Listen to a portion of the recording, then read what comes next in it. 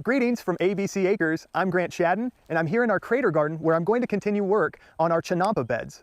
Chinampas were an Aztec agricultural system where, to this day, it's still regarded as the most productive agricultural system in known history. So we wanted to pay homage to them and demonstrate this method with our seasonal Chinampa beds with our seasonal water level in our crater garden. The Aztecs would pound poles into their shallow areas of their lakes and ponds and then weave branches in between and fill it with organic matter and then top it with the soil from the bottom of the pond. We're going to be doing it a little bit differently.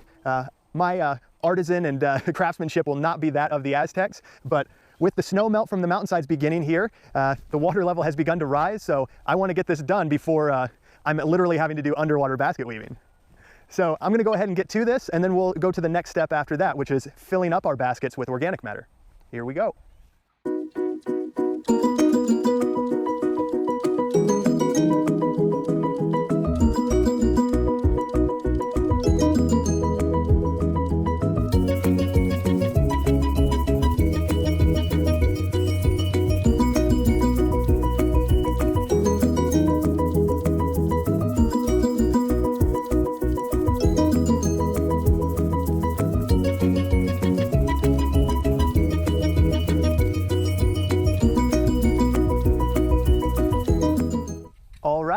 Andy and I have completed the basket weaving portion of our Chinampa build out, and now we're going to our next step, which is filling it with organic matter. And since this is a constructed area as opposed to what the Aztecs had with pre-existing wetlands, lakes, ponds, things of that nature, we don't have the water grasses, the reeds and everything to cut and fill our beds with.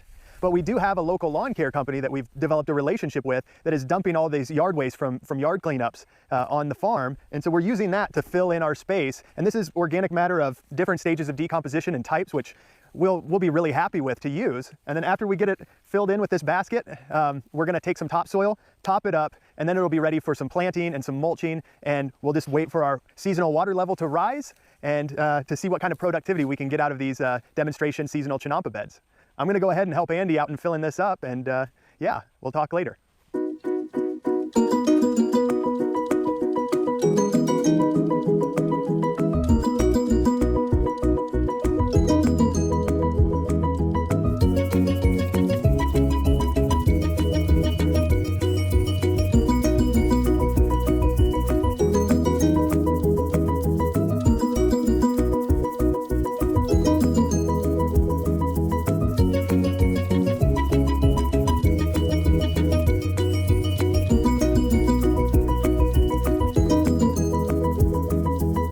Well, that was all beginning to feel a lot like work, but you can see Andy and I got it done. We got our Chinampa baskets filled up with the organic matter, and our water level has risen to basically our high water mark for the season.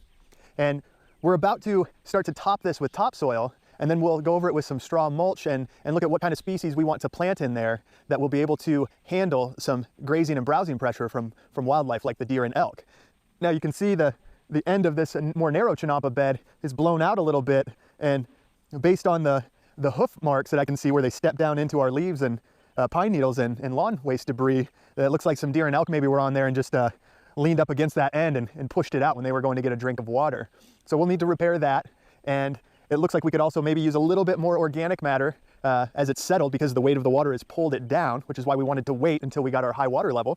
And we'll finish it up from here and then let it all start to settle. We may have to come over with another layer of mulch, maybe a little more topsoil, but we'll be bringing that layer just up a little bit more, about another 1.5 feet, to match this terrace that I'm standing on. And it's going to create the space of sub-irrigated, very fertile soil that we'll be able to use as a demonstration for the ancient and very abundant technique of the Chinampa beds.